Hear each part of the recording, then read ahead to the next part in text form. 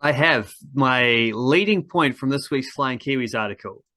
Joe Bell, headliner, has gone back to Viking in Norway. He had been there in the past. They were the club that recruited him out of college ball in the States, and he was brilliant for Viking. He was great. He's out there playing every game. He was from midfield, he was setting up goals. He was even scoring a few. He was taking set pieces. It was beautiful. They loved him there. It was, and in his last season with them, he helped them finish third place in Norway, which was the best finish for 15 years.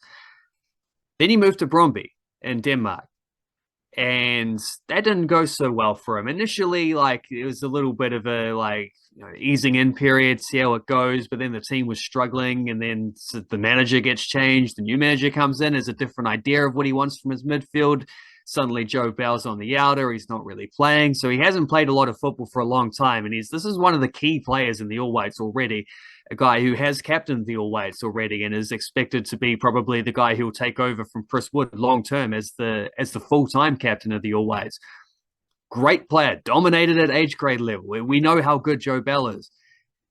It's been an afterthought in Flying Kiwis for a long time because he just hasn't been getting any opportunities in Denmark. So what's happened is he's gone back to the club that they signed him from.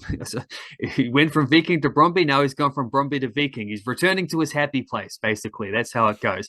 And Viking have done golden work here because they've bought him back for about a quarter of the price they sold him for a year and a half ago. So they've made a big profit on this. They didn't do so well last season without him. He wasn't the only key player from that team that finished third to leave as well. I think the top goal scorer also left, and there would have been a couple others. So that third place finish was their best for 15 years. Then they finished 11th out of, I think, 16 teams. So down bottom half of the table, not so flash. However, this year, they've been fantastic. Like he joined them at a point where they're actually in the title race. They were tied with Bodo Glimt at the top of the table with 11 games to go. They're at least gonna, he's got a title race for the rest of this year. He's then surely going to get some European football because they'd have to drop down to fourth in order to miss out on Conference League qualifiers.